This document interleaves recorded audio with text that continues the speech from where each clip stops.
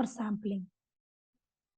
The next one is called to be as a measurement interval ratio. The distance between the attributes which holds meaning, it's called to be as interval ratio inside sampling. So for example, when measuring temperature, the distance between 30 Fahrenheit and 40 Fahrenheit is the same as the measure between 70 Fahrenheit and 80 Fahrenheit.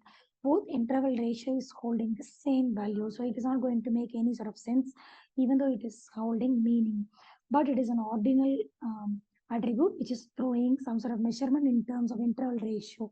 If the interval ratio is same, it is not going to make any sense inside samples. So ratio, there is always some sort of absolute zero, which is meaningful. It is called to be a ratio.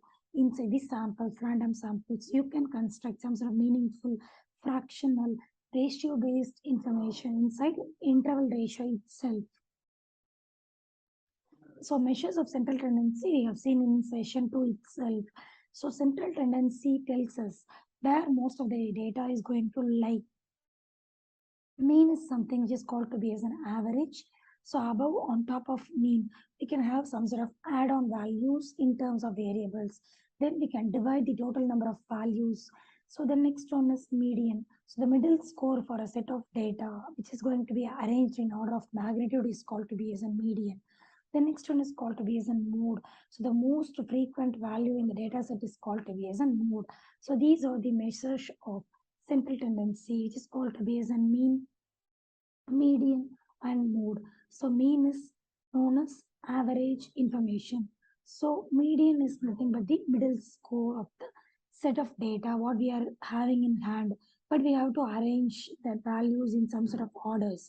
The next one is mode. We are going to have the information which is called to be as a most frequent value which is present in the entire population. So these are some sort of measures of central tendencies. So which measures should we use? It depends on both type of variable and distribution of data present inside the entire population. So mode typically used when we are going to have some sort of categorical data in terms of gender, races, education attempt, etc. So in that sort of cases, we can use mode. Mean is something what we want from the average value of a variable is called to be as a mean. Unless our data is used, it is called to be as mean. The next one is median. When we have skewed data, which is called to be as an outlier information or inlier information, it is called to be as an median. So these are the case which is termed to be as usage. It is called to be as a measure. So we can, depending upon the use cases, we can pick mode, mean, and median. So when we are using mode is nothing but where we are facing categorical data, it is called to be as mode. When we are dealing with the average value, unless our data is skewed, is called to be as mean. Where we are dealing with outliers or inliers, we can call that value to be as median.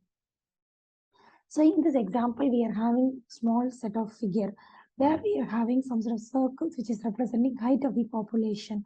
So the height is between 4.5 and 6.5. So outlier information is less than 4.5.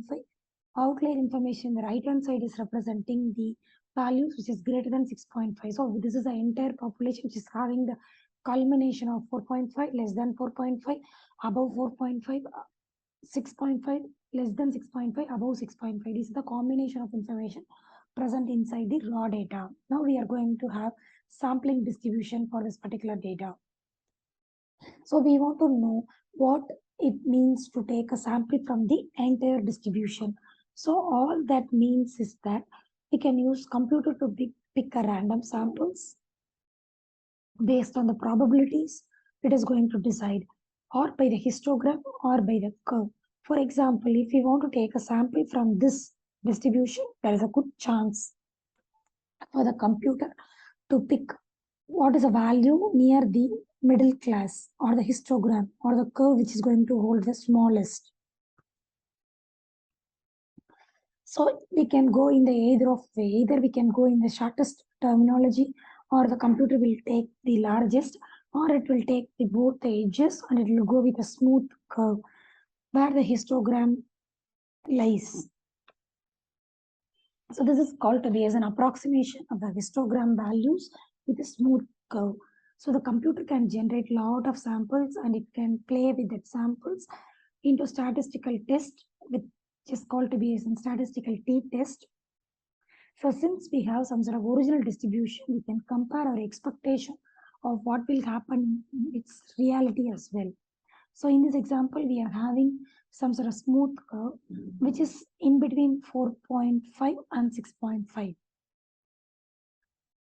So what is means to take a sample from the distribution? So this is some sort of a tricky question. So we have to rely upon in the mid, which is going to throw some sort of original randoms, which is going to hold some sort of estimation for us as well, which is going to throw for us some sort of inference as well. So likewise, the computer will pick for us. So it will go ahead with outliers on both sides. It will go ahead with inlayers. It will pick a smooth curve, which is going to hold the normal distribution of the entire population. Then it will pick the middle score, which is going to throw the original distribution for us. From the original distribution, we can compare what is our expectation, what is the reality, and what is going to have some sort of concerned inference. So this is the set which is going to throw for us at the entire set.